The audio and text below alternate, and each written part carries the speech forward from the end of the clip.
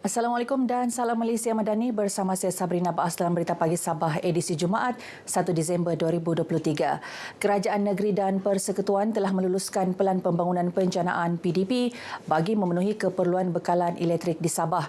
Perkara itu diputuskan menerusi mesyuarat Jawatan Kuasa Perancangan dan Pelaksanaan Pembekalan Elektrik dan Tarif JPPPET Sabah Jun lalu. Pembantu Menteri kepada Ketua Menteri Datuk Nizam Abu Bakar Titingan berkata, strategi perancangan PDP melibatkan 3 fasa. Ia merangkumi fasa penyelesaian segera bagi tempoh 2023 hingga 2025, fasa penyelesaian jangka sederhana bermula tahun 2025 hingga 2030 dan fasa penyelesaian jangka panjang selepas tahun 2030.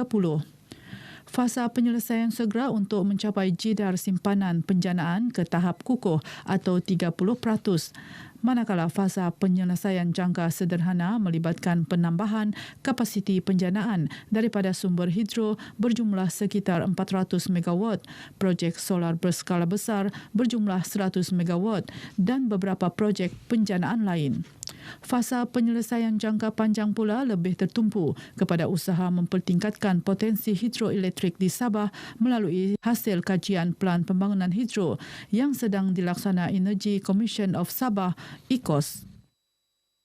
Pelan Pembangunan Penjanaan ini adalah selari dengan Pelan Induk Hala 7 Tenaga Sabah 2040 atau Sabah Energy Roadmap and Master Plan 2040 atau CREM 2040 yang telah dilancarkan pada 19 September 2023. Salah satu daripada 16 pelan strategi yang telah dikenal pasti dalam CREM 2040 ini adalah penambahan komposisi tenaga boleh baru di dalam campuran penjanaan tenaga elektrik. Datuk Nizam menjelaskan demikian sebagai menjawab soalan adun dilantik Datuk Suhaimi Nasir dalam persidangan Dewan Undangan Negeri Sabah. Datuk Suhaimi ingin tahu status terkini pewujudan unit tenaga negeri sebagai ECOS dalam menggubal dasar pembekalan elektrik Sabah. Sebanyak 1,217 buah projek telah didaftarkan dalam My Project melibatkan 996 projek sambungan dan 221 projek baharu. Setakat 31 Oktober lalu, sejumlah 3.338 bilion ringgit dibelanjakan untuk projek sambungan, manakala projek baharu tidak memerlukan peruntukan yang banyak. Menteri Kewangan Negeri Datuk Seri Panglima Masidi Manjun menjelaskan demikian dalam sesi penggulungan kementerian berkenaan dalam sidang Dewan Undangan Negeri Sabah ke-16. Dalam fasa ini, keperluan peruntukan kerajaan negeri adalah jauh lebih rendah berbanding dengan peruntukan yang disalurkan oleh Kerajaan Persekutuan. Menurut Datuk Masidi, prestasi perbelanjaan projek persekutuan oleh jabatan dan agensi kerajaan negeri juga konsisten dengan pencapaian melebihi 80% setiap tahun.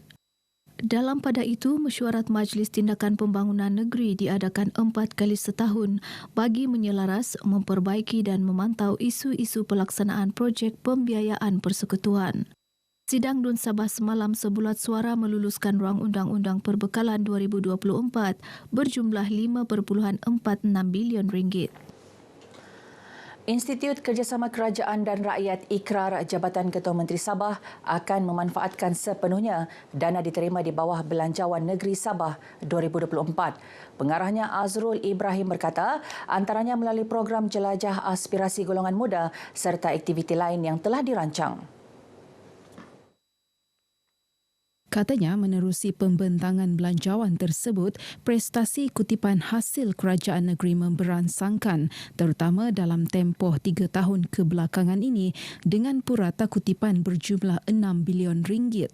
Ia bukan sahaja satu rekod amat membanggakan, sebaliknya ia pasti membawa manfaat kepada seluruh lapisan masyarakat melalui pelbagai inisiatif dan program yang mampu diberikan oleh kerajaan.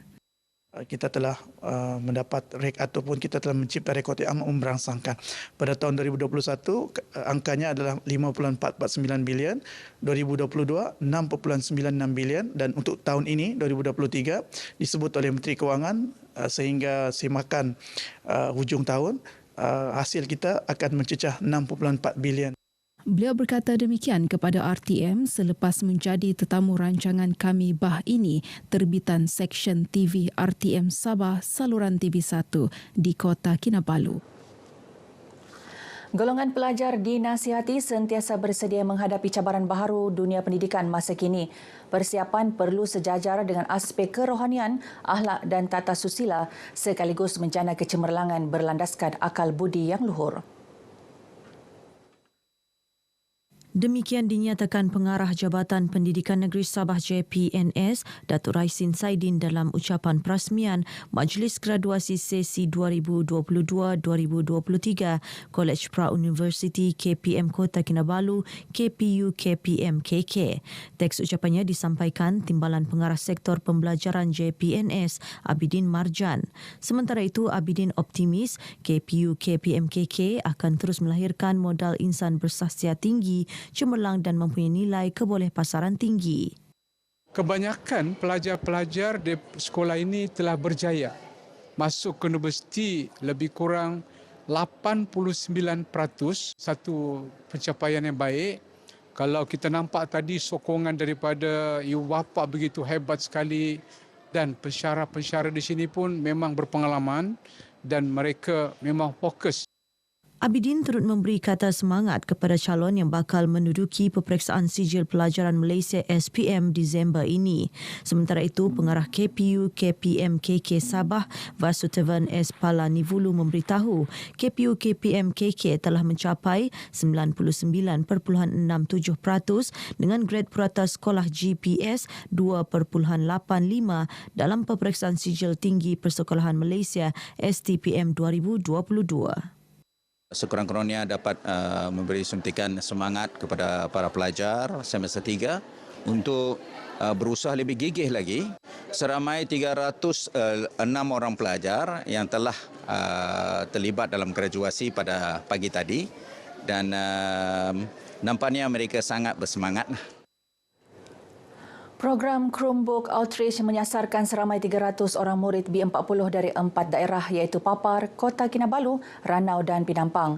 Program Ilham Pejabat Pendidikan Daerah PPD Tuaran dan Google Malaysia itu antara usaha merapatkan jurang tahap kemahiran teknologi dalam kalangan murid luar bandar dan juga murid B40. Pengarah Pendidikan Negeri Sabah Datuk Raisin Saidin berharap program ini diteruskan pada masa akan datang dengan lebih banyak inisiatif membangunkan budaya pendigitalan untuk murid dan juga pendidik. Beliau berkata demikian ketika merasmikan program Chromebook Outreach di Tuaran. Teks ucapan beliau disampaikan Ketua Penolong Pengarah Unit Teknologi Maklumat Komunikasi Sektor Pembelajaran Jabatan Pendidikan Negeri Sabdani Batang. Program sehari ini disertai 250 murid dan 120 guru serta pegawai PPD Tuaran Kota Kinabalu, Ranau, Penampang dan PPD Daerah Papar. Penganjuran sambutan Hari Kanak-Kanak membuktikan komitmen kerajaan dalam merealisasikan hasrat memastikan kesejahteraan dan kebajikan kanak-kanak sentiasa terpelihara. Menerusi sambutan itu, ia dapat meningkatkan kesedaran tentang hak dan keperluan anak-anak yang merupakan aset pelapis kepimpinan negara.